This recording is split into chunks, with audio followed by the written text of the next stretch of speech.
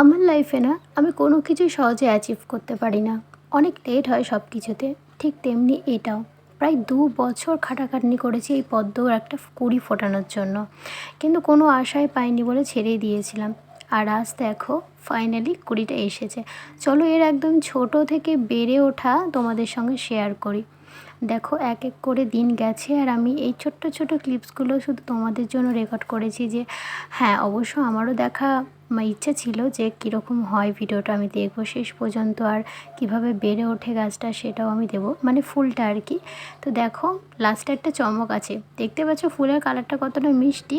এই দেখো ফাইনালি হয়েছিল কুড়িটা তো গোলাপি, কিন্তু ফুলটা তো পুরো সাদা হয়ে যায়। কি দারুণ তাই না বলো? আমার তো ভীষণ পছন্দ হয়েছে আর আমার মাও অবাক যে গোলাপি রঙের কুঁড়ি হয়ে সাদা রঙের পদ্ম কী করে হলো। দেখতে অনেকটা শালুক ফুলের মতো লাগছে, কিন্তু এটা কিন্তু পদ্মই।